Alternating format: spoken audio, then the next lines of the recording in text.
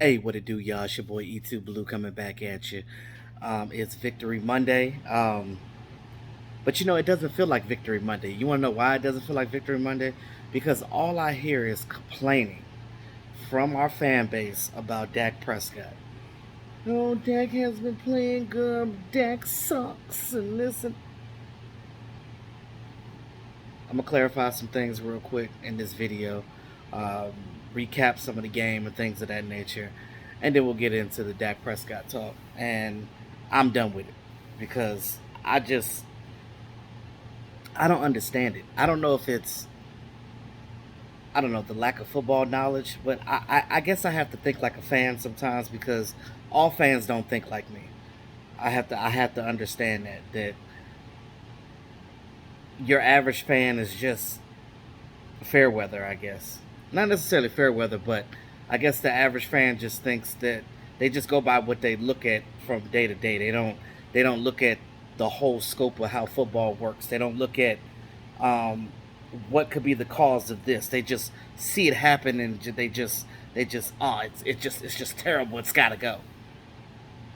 It's the same people that says Kellen Moore got to go too. You would think that we lost the game by some of the stuff that I've heard. It's crazy. So let's get into it. All right. So first of all, Cowboys are now 9-4. Uh, 3 games ahead in the division. You beat the Giants this week, which I'm pretty sure they will. You're going to be 10-4, and you're pretty much clinched the division at that point. I understand that this offense is not playing well. I get it, and we'll get into that as well. Um, but that's the way football is. You don't always have a time where the offense is playing amazing and then the defense is playing amazing at the same time because that's how football is.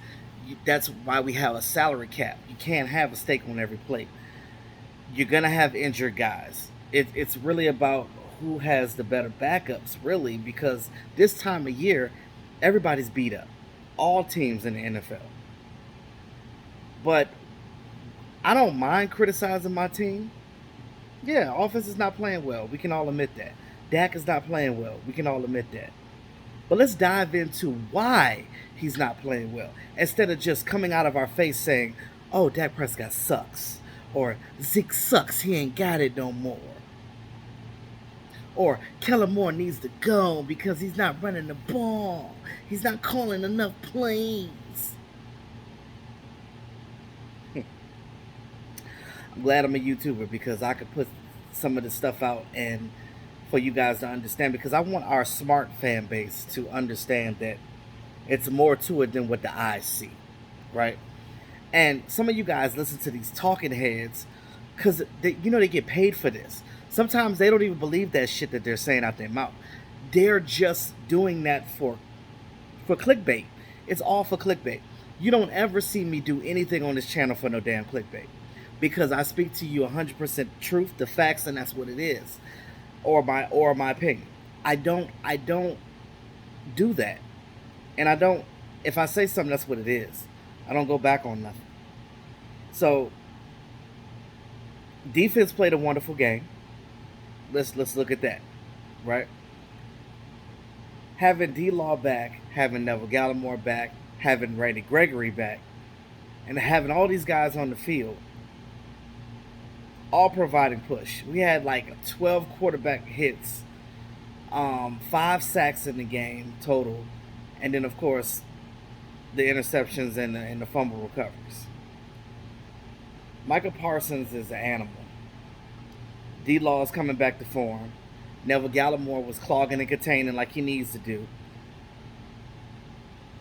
which also makes Dorrance Armstrong play better as well. So you gotta understand that when you got this defense playing like this, okay, your offense don't have to play great 24/7. But if your defense is hot and they're stopping other teams and they're getting turnovers and they're scoring too, you're also gonna win the game. Now, defense is not why we're talking about this, right? We know that we had a good game. We know that we won the game. I know a lot of people say, "Oh, well, we almost let them come back." Yeah, we let our foot off the gas. Can't do that. You can't do that in the playoffs because there's not going to be no Taylor Heineke's in the playoffs. It ain't going to be no Zach Wilsons in the playoffs. So it ain't going to be Daniel Jones in the playoffs. So you're going to have to make sure that you play to the level of even higher than what you play normally. Now, are we there? No, we're not. But thank God it ain't the playoffs yet. A lot of people said they want the first seed. Well, you're not going to get it because Cardinals pretty much about to wrap that up. But you can get the second seed. I don't want the first seed because I don't really. Do I want to buy? No, because I feel like this team don't play well after buys. It's like as soon as we get like a break, we come back and we don't play as well. Now, if it's certain players that had a break, then yes, but not the whole team. Because remember, we're a young team now, so we lose focus. If we were an older team, then I'd be like, okay, all right, we need that rest. Like Tom Brady. Tom Brady can have a bye week and come back and be great. We just can't do that.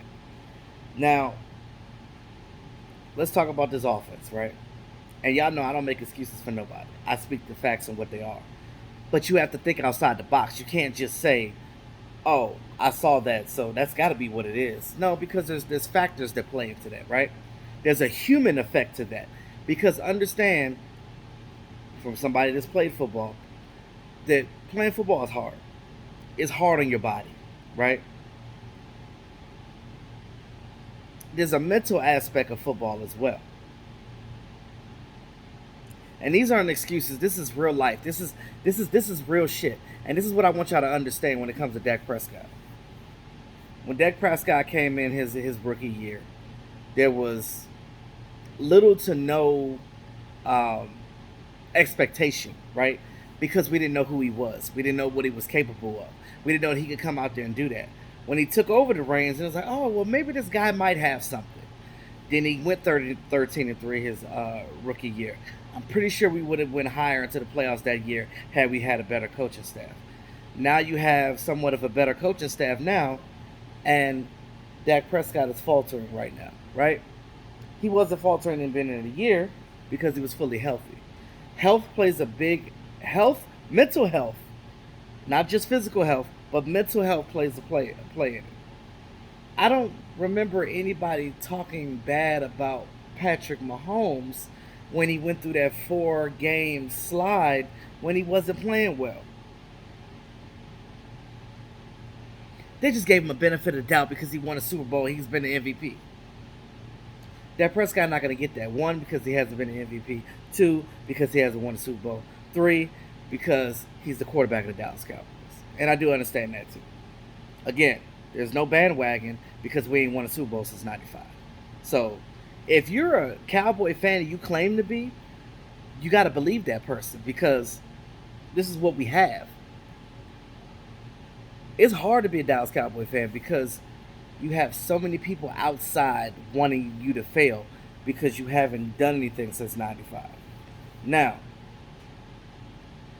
a win for this season would be at least if we make it to the conference championship game, the NFC title game, because we haven't done that shit since the '90s too.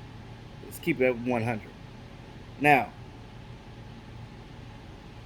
Dak Prescott does have a lot of stress on him right now. Yes, he's a $40 million man, but Josh Allen is 43, and he gets paid more than Dak. And Josh Allen ain't had good games either coming down the stretch. And they've been losing, but the Cowboys are still winning because we're 9-4. But nobody's, everybody will say, oh, well, the defense. Okay. The defense is a part of the team, right? Football is a team sport, correct? So with saying that, the team won. Not just Dak, not just Micah Parsons, not just any other individual on this team, the Cowboys, because that's who they play for. You represent your organization. So when you win together. Sometimes the offense win you games, sometimes the defense will win you games. But we know that football is played in the trenches, offense and defensive line. And normally the teams that have stronger versions of those are the ones that win. Now, granted, Tyron Smith is not going to be playing in this next game because he injured the same ankle. Hopefully they don't suspend Lyle Collins, but I don't think they will. So Lyle will be in the spot, and then they're just going to have to put Ty Nixecki over there on the left side for the Giants game. Thank God you're playing the Giants, because if it were the Cardinals, that'd be a different story. That's the next week. I mean, that's after Washington. Again. But again, from Dak losing his mom to his brother committing suicide to losing his grandmother, all the turmoil that he's gone through in his family, and then to have to come back around and still lead a team. You know he's only 27 years old, right? Look at, where was your mind at in your 20s? You think you were able to do what he's doing right now at 26, 27 years old? Probably not, because I know I couldn't. Now, I'm 36, and my mindset is different because I'm a grown-ass man. But when you're in your 20s, that's when your mind is still shifting and still changing and still learning how to deal with adult things. Correct? So, at 26, 27 years old, Dak dealing with all that shit at home. And granted, every quarterback goes through it. Every quarterback goes through a drought. Every player goes through a drought. I don't think it's going to be a forever thing with Dak. I don't think that he just all of a sudden lost it. He's got to get it out of his mind, right? He has to just, maybe he needs to meditate. Maybe he needs to talk to a counselor. Whatever the situation is. But understand that mental health plays in this. He's probably got that shit on his mind. He's probably got his ankle on his mind and his calf because, again, physically he's not healthy either. You can tell by the way he's running. Jared had already said, y'all remember the Falcons game we won 43-3? Dak Prescott ran in for a touchdown in that game, and I think that's one of the few games that he actually scored himself this year. Because remember, we're used to seeing Dak running in for the touchdown on his own. After that game, Jerry was like, Dak, don't do that no more. Don't run in. So he's thinking about his boss telling him, don't run with the ball. So when fans are saying, why is Dak not running? Because he broke his fucking ankle last year. Not just broke it, but a compound fracture. Clean. To the point that it's facing a different direction that it ain't supposed to go into. The trauma of dealing with that injury and still trying to lead your football team and to be mature enough to be like, okay, well, this shit hurts like mud.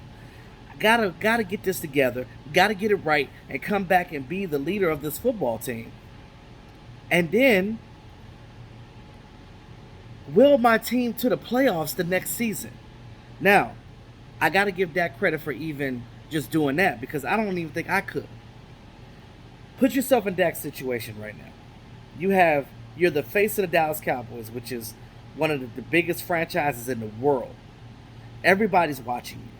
You're getting criticized every day. You know Dak hears that shit. We hear it, so I know he hear it. They got ESPN and all that stuff in the locker room. He know what they saying. But you can say all day, oh, we block out the outside noise. That shit still affects you, though. At 27, that shit still affects you. Because your mind is like, damn, like, because you're human, right? Sometimes what people say affects you. Sometimes. It don't always, but sometimes it does. And when you got all of that going on, you got dealing with your family issues, you're dealing with your personal health issues. Oh, and we didn't even talk about the arm, the tendon in the throwing arm. We didn't even talk about that. Everybody act like that shit just went away. Guess what? It didn't. He's not going to complain about it because he's a football player. And as football players, we don't complain about shit. We just go out there and play. So that's for us to worry about, or for us to complain for him. But I'm going to tell you, I will complain for him. At the end of the day, these are the issues that he's still dealing with. And it's not an excuse. It's the facts. It's what it is. Lamar Jackson just hurt his ankle. Pretty sure he's going to be out for a while, if not the rest of the season. If he does come back, that's going to be on his mind too. Because when you have injuries like that, they stay on your mind for a while until you mentally and physically get over them. So the spurting of the offense, yes, it has to do with his errant throws. It has to do with his decision making, and it has to do with that. Yes, we blame Dak for that. Nobody's not blaming him. Yes, Dak needs to play better. We know that. But I just want y'all to understand that these are the reasons why he's not playing, because nobody cares why. Because you know what? As fans, sometimes we get selfish. We just want to see our team win. We don't care about the well-being of the people that we're rooting for. Because guess what? They're human just like we are, and they go through stuff just like we do. So next time you criticize, understand that yes, it's just football, but they're also human as well. And that goes for any other player in this league. It ain't just the Cowboys, because everybody deals with injuries and everybody deals with stuff. Josh Allen wasn't playing right. Tom Brady had 2 games where he didn't play good. Hell, he lost to the Washington football team. Nobody said nothing about that. Lamar Jackson definitely had his down times. Every quarterback go through it. I don't care who you are. Aaron Rodgers definitely had some down times. So I just need people to understand that, like, be glad that you have Dak, because we could have Daniel Jones. We could be a team that don't have a quarterback. We could be the Panthers trying to figure out who the quarterback is. But we're still bitching and we're 9-4. Unbelievable. With that being said, y'all, this is your boy E2 Blue, always keeping it real. Like, share, subscribe to the channel. Have a nice evening.